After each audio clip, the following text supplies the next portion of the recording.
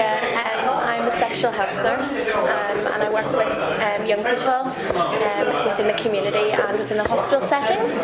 So in your job, do you see a lot of people come in suffering from illnesses from unprotected sex? Yes, within the clinics that we run, we see a lot of sexual transmitted diseases in different types of people. This is all people, young people, and also seen in babies spread through pregnancy as well. And it's becoming more of a common thing, especially in students, because I think the lifestyle's different and people just relax more and don't think about using contraception.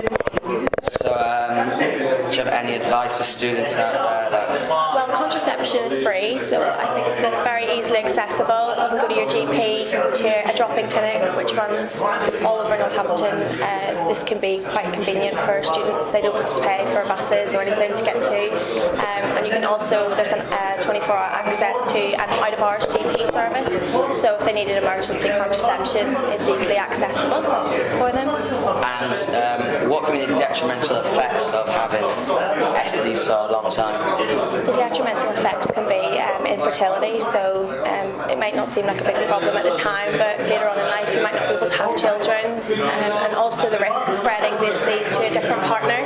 So this just goes on and everyone ends up spreading the diseases, so it can have a detrimental effect on other people as well as yourself. Have you seen any shocking things whilst you've been at work?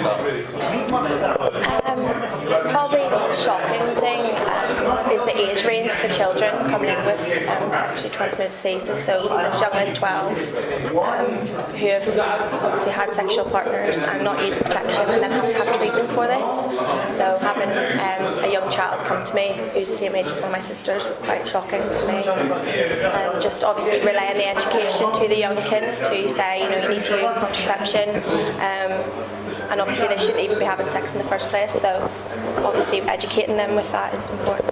And do you think it's a major problem these days?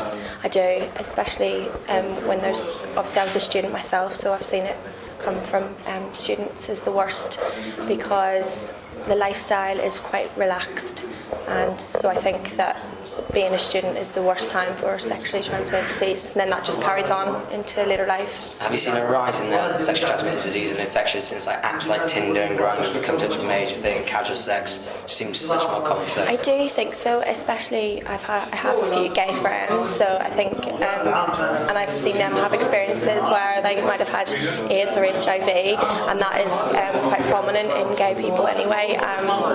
So it is just about, I think, the media is putting a big influence on sexually transmitted diseases. I think that plays a huge part in it.